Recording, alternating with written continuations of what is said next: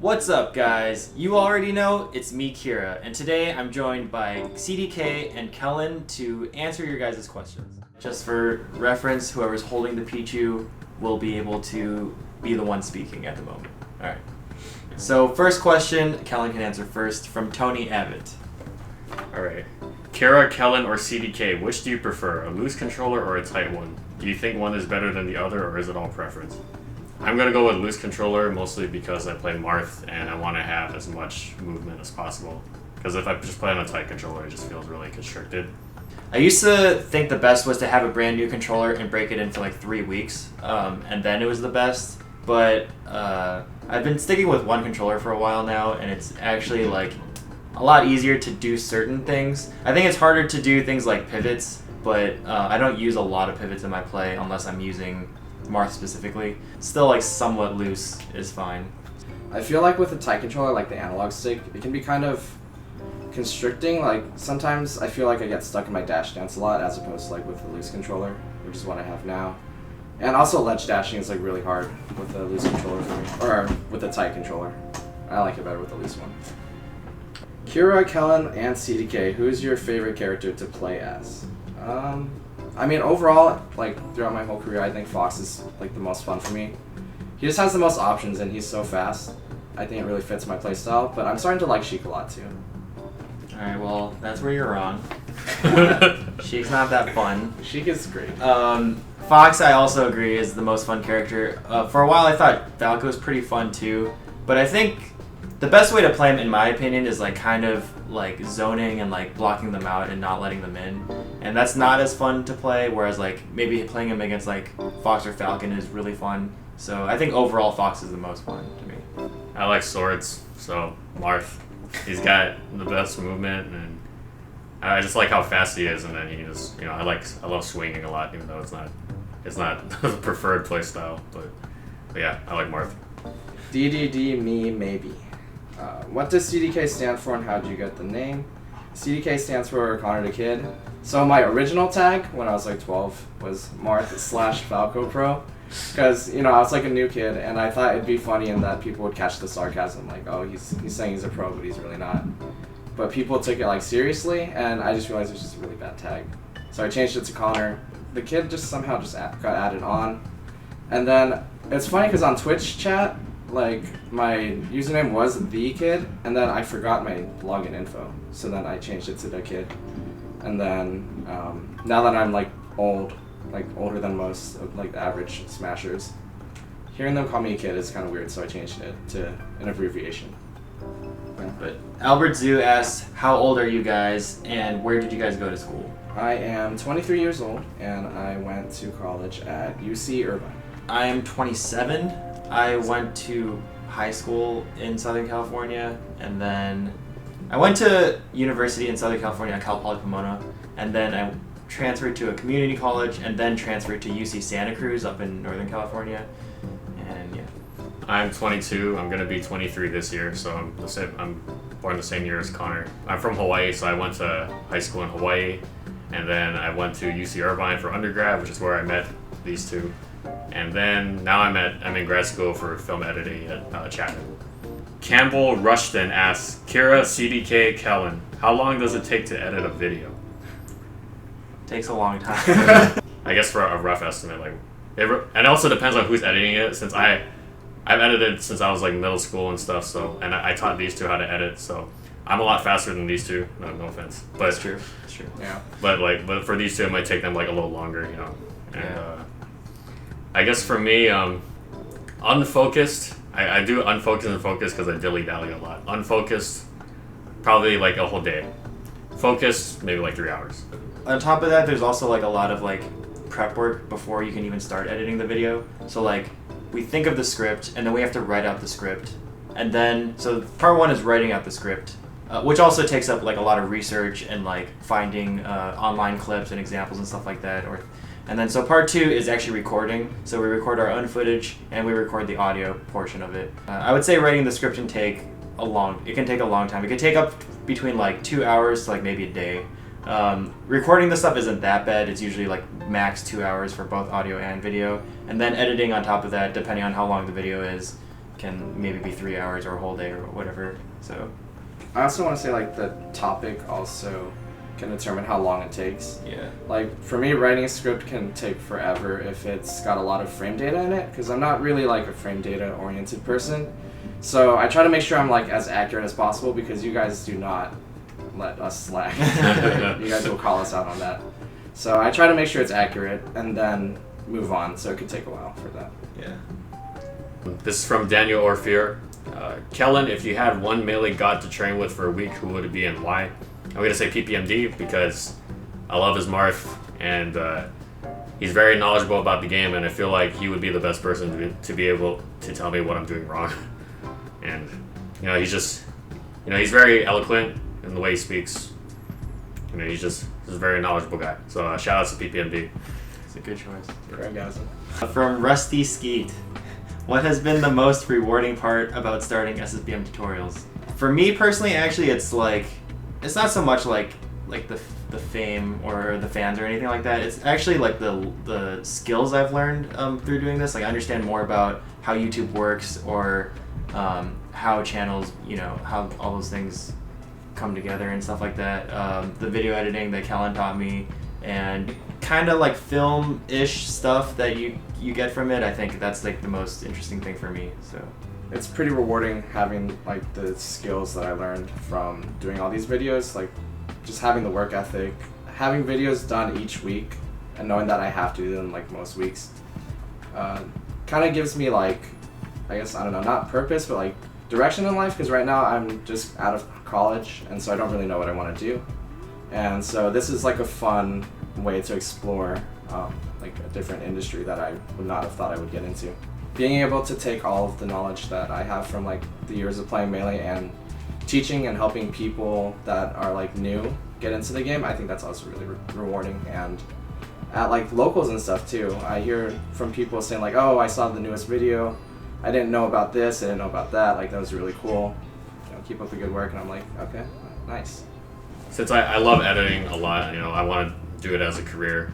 For me, SSBM Tutorials gave me the opportunity to, I literally could just edit every day, and I'd have like, there would be a purpose to it, like it'd be great practice for me to edit. And I've also never edited like video game stuff before. Like I have to listen to Kira's voice over and over again. So I'm also learning the game indirectly through that way, because I can just now I just remember stuff from his tutorials, because I've seen it 1,000 times. Ever since I joined Melee, I know Melee is kind of small in relation to other esports games. In some way, I've always wanted to grow it because I really like this game. So, those two I feel like are the most rewarding parts for me. The next question is from 4. Kira, did you see Leffen's video on hand problems? What are your thoughts about it? Oh, okay. He said a few things. First of all, he said, I still played I still played the game even while my hand was injured. My injury is like more like a joint, so it's like technically osteoarthritis in my left index finger. So like every time I click L, it hurts. So when I played in those locals, I would use a different finger to play Melee, which was like really awkward to play with, but it wasn't actually using my index finger at all. So I wasn't actually playing on it.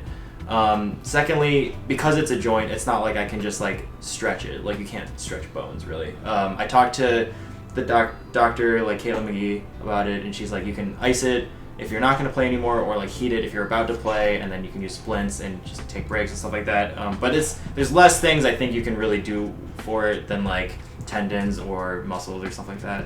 And then all the stuff on Christianity, that doesn't bother me. I think that just kind of goes with the trade, and it's like, I don't know, people are going to make fun of it. It doesn't bother me. I actually think it's good, kind of. So yeah, that's pretty much all I can say. My hands are getting better. I still feel them. Like I played Melee on my index finger for like a week or so. After that week, I could tell, like I could feel the pain coming back, so I decided to take a break. So I can't like practice tech skill at home. Like people still see me at tournaments, right? I can't practice playing at home like I used to every day. I can't play as much as I want to, but I'm still able to go and have fun and attend these tournaments. So yeah, that's it. I Am Me Was Taken asks, who even is Kellen? Okay, well, hi, I'm Kellen, and as I said before, I'm from Hawaii, so I went to school in Hawaii, and I came to UC Irvine, and then I met everyone at UC Irvine, and then I became friends there, and then I met Kira actually showed up, would show up frequently to those Smash Fests, so we became friends, and then somewhere along the line Kira wanted to make tutorials. I said I could help him out, and then we started SSBM Tutorials, so now I am the editor and co-founder, and that's like, yeah, that's who I am. So Fat asks, Kira, Connor, and Kellen, how are your love lives? And if single, do I get a chance? I am very single, but I'm sorry, you have no chance. No chance whatsoever. I'm dating somebody, and so you don't really have a chance. She doesn't play Smash at all, but you know, she's cool. So I've had a few girlfriends before for high school, in high school, and then one going into college, but then after that I was just, at least for now, I'm just kind of whatever about relationships. Like, I don't really care, at least like for right now, because I want to focus more on getting better at film and going to school before I do anything. yeah. Does he have Yeah. a chance though? Does he have a chance? Well, you don't know if is it a he? Oh, you don't know did if I it's a just he. assume their gender? Uh, Oh no. Probably not. He's got Marth, so he doesn't need anyone. Watto Bloodlord asks, Smash games in order from best to worst. Clearly Melee's the best. I'm kind of weird. I actually think that Brawl was super fun. I had a lot of fun with Brawl. I know that it's... Don't listen to these guys. I know that it's like super... it can be super campy. I know that like at the very top level of play, it's like dominated by Meta Knight and Ice Climbers. But at like I don't know. Each character to me was really unique, and it was fun to pull off their techniques. I liked all their different play styles and stuff like that. So I thought it was really fun. PM's good. I think that there are some problems with it, and I don't know a lot about PM, so these are all, take this all with a grain of salt.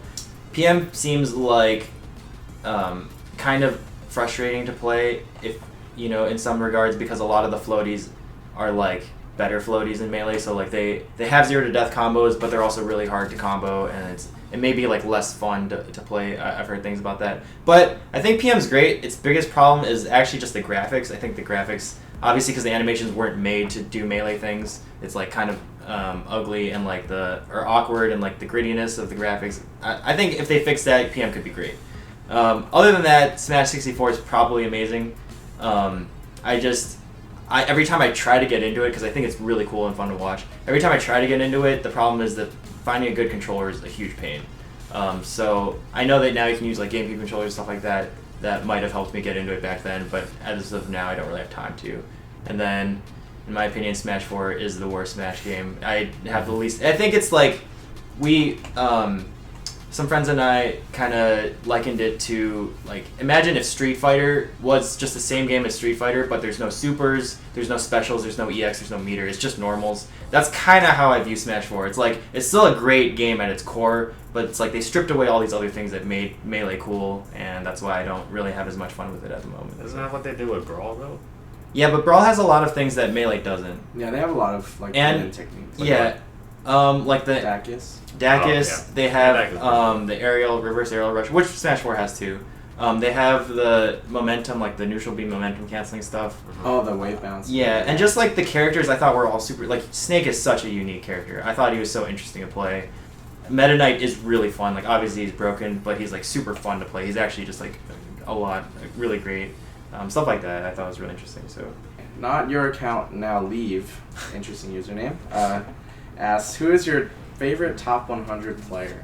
Well, it's hard to pick favorites, and Yeah. I don't really want to even, but I guess I would say Mango, because he lived in SoCal, or he still lives in SoCal, but I saw him kind of like grow up in the scene, and he like innovated Puff. He innovated a lot of things that, like now they're kind of standard, it wouldn't seem that weird, but like he innovated a lot of things that were like, at the time they were like insane. So like I saw how genius he was, and he's a cool guy, and so yeah, probably Mango, I guess. Who's your favorite of the 5 gods and least favorite? Oh. So my favorite is Mango, like I said before. But also, I don't have a least favorite because I actually love watching Hungrybox because I think Puff is not that good and he's just an amazing player. And he does a lot of cool stuff with Puff. And it's not his fault he has to camp, and it's not even he's not even the one camping most of the time. And I love the planking. I don't love it because I think people who don't play Melee might be turned away from Melee because of it. But if you're already in the community, I love the planking. You gotta do what you gotta do. Except he's gotta get better at it. He's not doing it right. Zeku asks, is Kira your actual name? And if it isn't, why did you choose it? I chose it because Death Note was just coming out at the time, this anime. Although I didn't actually watch the anime, I read the manga, and it wasn't even done. Like, it wasn't even done being translated at the time. So I thought it was like, oh, I found this new sick anime and no one else knows about it and it's gonna be so cool. And I ended up just choosing the name of like the most popular anime of all time.